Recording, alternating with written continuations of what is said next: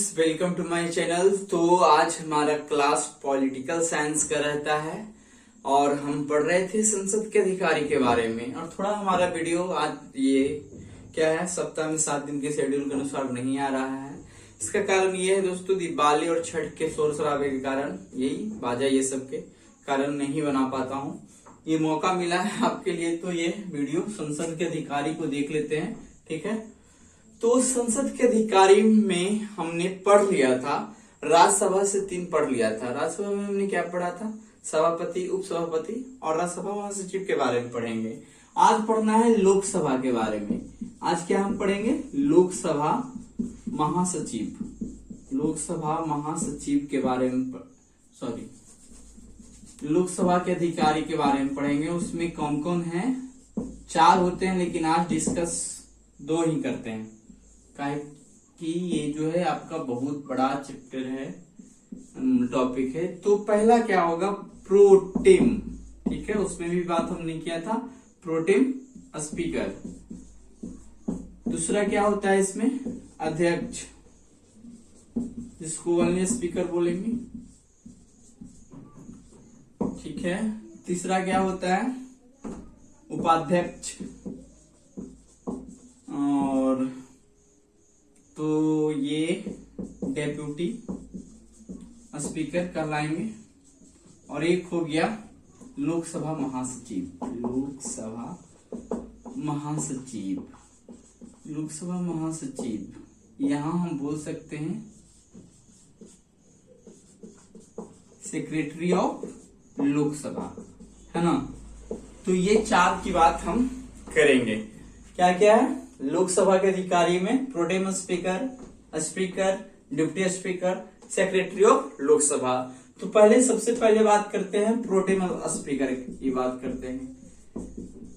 तो pro tem speaker क्या होता है, तो प्रोटेम स्पीकर ये होता है कि जैसे ही लोकसभा का चुनाव होता है, तो लोकसभा का जब चुनाव होता है तो नियम तो है कि एक अध्यक्ष जो है तब तक पद नहीं छोड़ता है जब तक अगले लोकसभा का प्रथम बैठक ना हो जाए। लेकिन उसी बीच में जब लोकसभा का चुनाव हो जाता है तो लोकसभा में से ही वरिष्ठतम किसी सदस्य को टेम्पोररी तौर पे स्पीकर नियुक्त किया जाता है। तो वो स्पीकर जो होते हैं ना, वो प्रोटेम स्पीकर कहलाते हैं।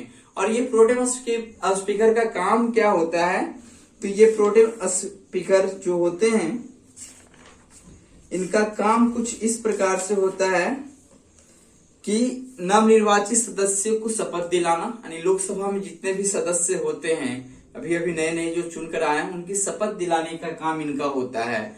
और लोकसभा के अध्यक्ष और उपाध्यक्ष के चुने जाने तक संसद का कार्य का जो संचालन करना होता है, वो काम किनका होता है, प्रोटेम स्पीकर का होता है। अब उसी प्रकार से विधानसभा में भी यही काम होता है। लोकसभा और विधानसभा लगभग काम काज करने का तरीका एक ही होता है ना, दोनों में तुलना कर सकते हैं। तो जब विधानसभा का चुनाव भी होता है तो उसमें भी जो अध्यक्ष चुने जाते हैं प्रोटेम स्पीकर, उनका भी ढांचा कुछ इसी प्रकार से है।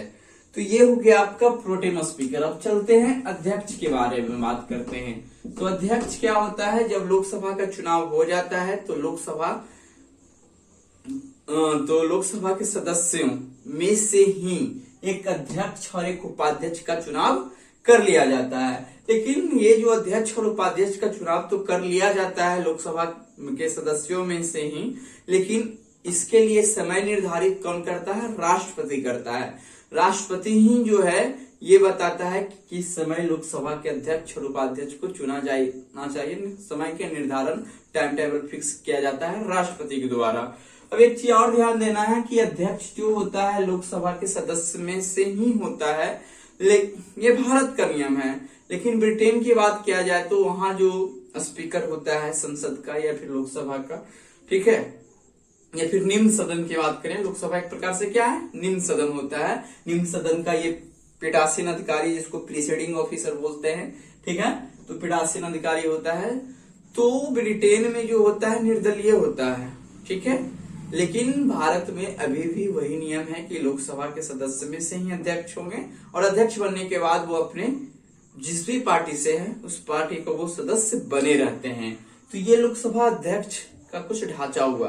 अब हम लोकसभा अध्यक्ष के बारे में और क्या देख सकते हैं, उनके लोकसभा अध्यक्ष का कार्यकाल। ठीक है, कार्यकाल के बाद रिक्ति मतलब वो अपने पद को छोड़ते कैसे हैं। तो लोकसभा का जब अध्यक्ष एक बार चुन लिया जाता है तो अगले लोकसभा के चुनाव जब हो जाता है तो प्रथम बैठक तक रहेगा, या फिर बीच में लोकसभा भंग हो जाता है फिर भी वह व्यक्ति जो लोकसभा अध्यक्ष है उसकी पद खाली नहीं होता है। वो अगले लोकसभा का चुनाव जब हो जाएगा और प्रथम बैठक के पहले ही वो अपने पद को छोड़ेगा। यहाँ ध्यान देना है कि बीच में लोकसभा भंग हो जाता है बट लोकसभा अध्यक्ष जो है अपने पद को नहीं छोड़ते हैं। आगे और भी नियम है कि लोकसभा अध्यक्ष जो है अपने पद को किस प्रकार से छोड़ सकते हैं, तो उपाध्यक्ष को त्याग पत्र देकर। ठीक है, यदि लोकसभा का वो सदस्य नहीं रह पाए, ठीक है, उनकी सदस्यता ही खत्म हो जाती है, तो उस स्थिति में लोकसभा के अध्यक्ष जो है अध्यक्ष पद पे नहीं रहेगा जब लोकसभा की सदस्यता खत्म हो जाएगी। दूसरा है कि संसद की प्रक्रिया के द्वारा कुछ नियम होते हैं। ठीक है, कुछ कोरम बैठाए जाते हैं, कुछ महाभियोग ये सब लगाए सकते हैं, कुछ कारण तो बनाया जाएगा, उस आधार पे भी हटाया जा सकता है। ये हटाने के नियम हुआ। अब है कि लोकसभा अध्यक्ष को हटाने के लिए भी जैसे राज्यसभा के सभापति की बात होता था, तो ये भी अध्यक्ष जो होते हैं लोकसभा के सभापति ही होते हैं, ये कहे जाएंगे। ठीक है ना, तो लोकसभा के अध्यक्ष को हटाने के लिए जो संसद में प्रक्रिया चलाई जाएगी 14 दिन पहले सूचना दिया जाएगा, और जब प्रक्रिया चल रही होगी तो उस वक्त वो लोकसभा के सदस्य तो होंगे लेकिन एक सामान्य सदस्य होंगे, बोल सकते हैं वहां, ठीक है, उपस्थित हो सकते हैं, मत भी देने का अधिकार होगा लेकिन एक सामान्य सदस्य के रूप में वो मत देंगे। ठीक है, तो ये हुआ आपका एक बात। और ये बात जो है कि बोलने की, उपस्थित होने की और मत देने का अधिकार होगा जब उन पे प्रक्रिया चल रहा हो, तो यह अनुच्छेद 92 है। अब लोकसभा अध्यक्ष की शक्ति एवं कार्य क्या है, ठीक है, थोड़ा इसकी बात करते हैं। लोकसभा के अध्यक्ष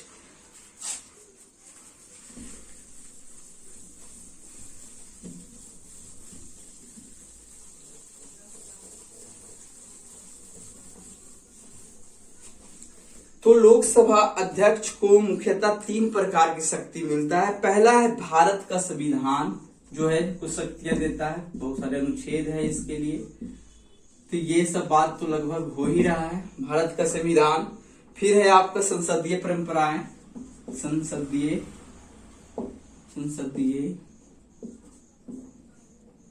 परंपराएं,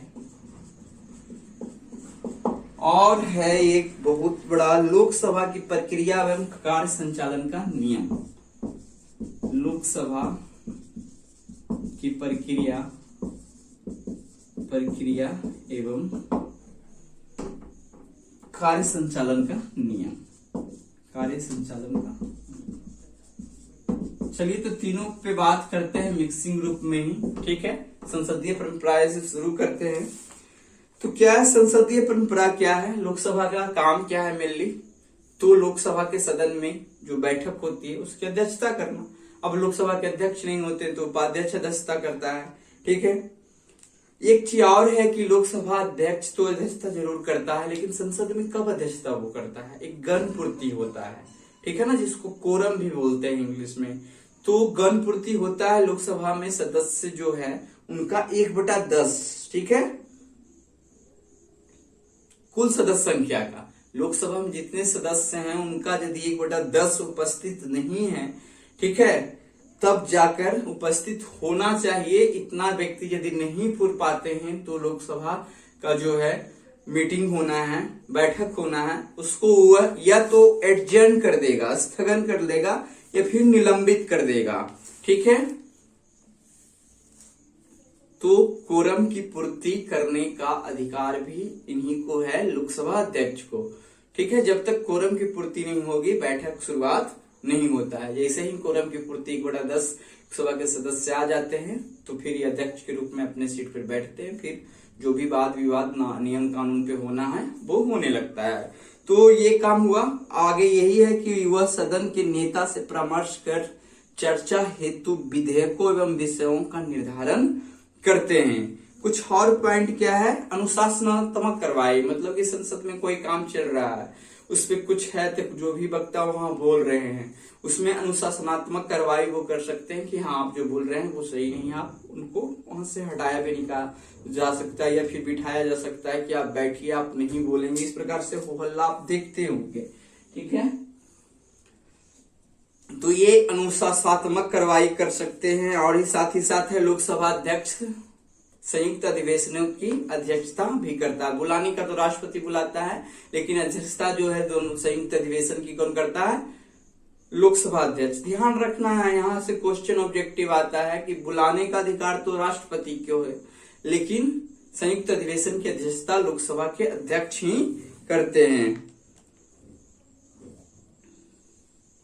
अब इनका ये काम है कि किसी नियम कानून जो बन रहा है उन पे वोटिंग किया जाता है, और वोटिंग की स्थिति में जब बराबरी की स्थिति हो जाता है पक्ष और विपक्ष की, तो उस स्थिति में लोकसभा के अध्यक्ष जो है निर्णायक मत अपना देख सकते हैं कि किस रूप में देंगे, पक्ष में देंगे उस कानून की या विपक्ष में देंगे। तो ये कुछ हो गया।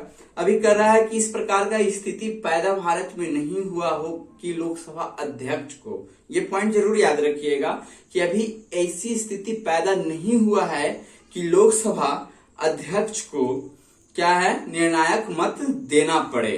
तो ऐसा अभी तक वाक्या जो है भारत में हुआ नहीं है। अब और है, संसद में जब बोलना है तो बोलने की अनुमति दिया जाता है, फिर टाइम निर्धारित किया जाता है कि आपको बोलने के लिए इतना टाइम मिला है, तो ये सब काम होगा, ठीक है। अब राष्ट्रपति हाँ बीच में भाषण को वो समाप्त भी कर सकता है, बोल रहे हैं तो लगा कि नहीं इनको अधिक नहीं बोलना चाहिए, तो ये सब काम को, ये तो नॉर्मली है, व्यवहारिक है, इसको आप याद रख सकते हैं, ऐसे भी याद रहेगा, तो एग्जाम में आएगा तो खुद ब खुद एक्सप्रेस हो जाएगा।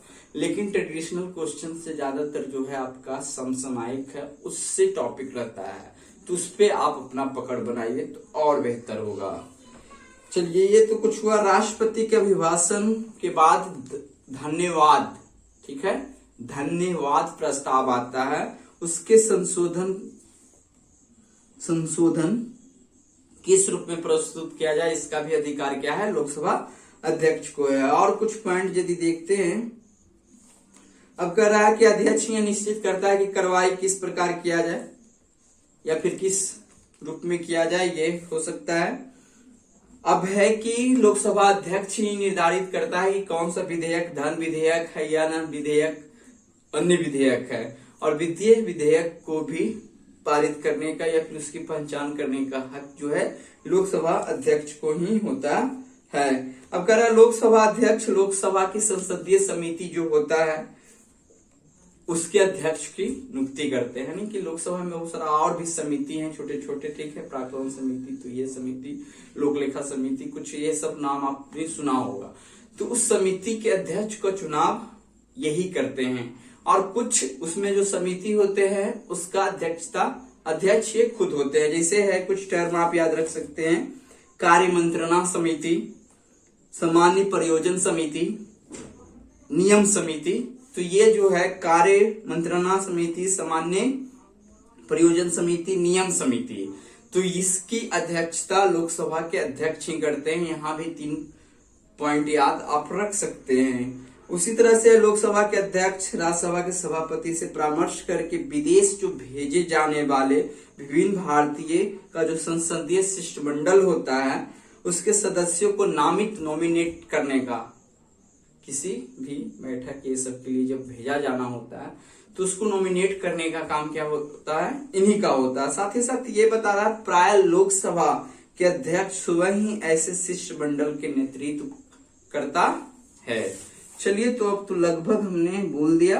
अब कह रहा है कि बिना लोकसभा के अध्यक्ष के संसद के भवन में कोई भी परिवर्तन या फिर परिवर्धन नहीं किया जा सकता है, या फिर संसदीय जो क्षेत्र है, भवन का जो क्षेत्र है, उसमें नए भवन ये सब का निर्माण लोकसभा अध्यक्ष की अनुमति के बिना नहीं किया जा सकता है। ये है। अब एक भी है दल बदल के आधार पे किस सदस्य को अयोग्य घोषित किया जाए, इसका निर्णय भी लोकसभा अध्यक्ष ही लेता है। लेकिन एक टर्म यहाँ पे डाल दिया है कि 1992 में ये अधिकार पे उच्चतम न्यायालय ने ये कहा कि दल बदल के आधार पे लोकसभा अध्यक्ष किसको अयोग्य घोषित कर रहे हैं, किसको योग्य घोषित कर रहे हैं, इस पे वो न्यायिक समीक्षा कर सकता है। तो लोकसभा के अध्यक्ष से रिलेटेड लगभग पॉइंट उनके कार्य से लेकर कार्यकाल से लेकर रिलेटेड जो था हमने यहाँ वर्णन कर दिया। तो आप इसी प्रकार से हमारे चैनल पर बने रहें। वीडियो अच्छा लग रहा हो तो अधिक से अधिक अपने ग्रुपों में इसको शेयर करें, ठीक है। तो अगले वीडियो में मिलते हैं। ऐसे आज का एक हिंदी का वीडियो है, तो अभी मेंस दूर है दोस्तों, तो उसको थोड़ा सा आज स्किप हो सकता है, ठीक है ना। तो इस वीडियो को आप देखिए। चलिए।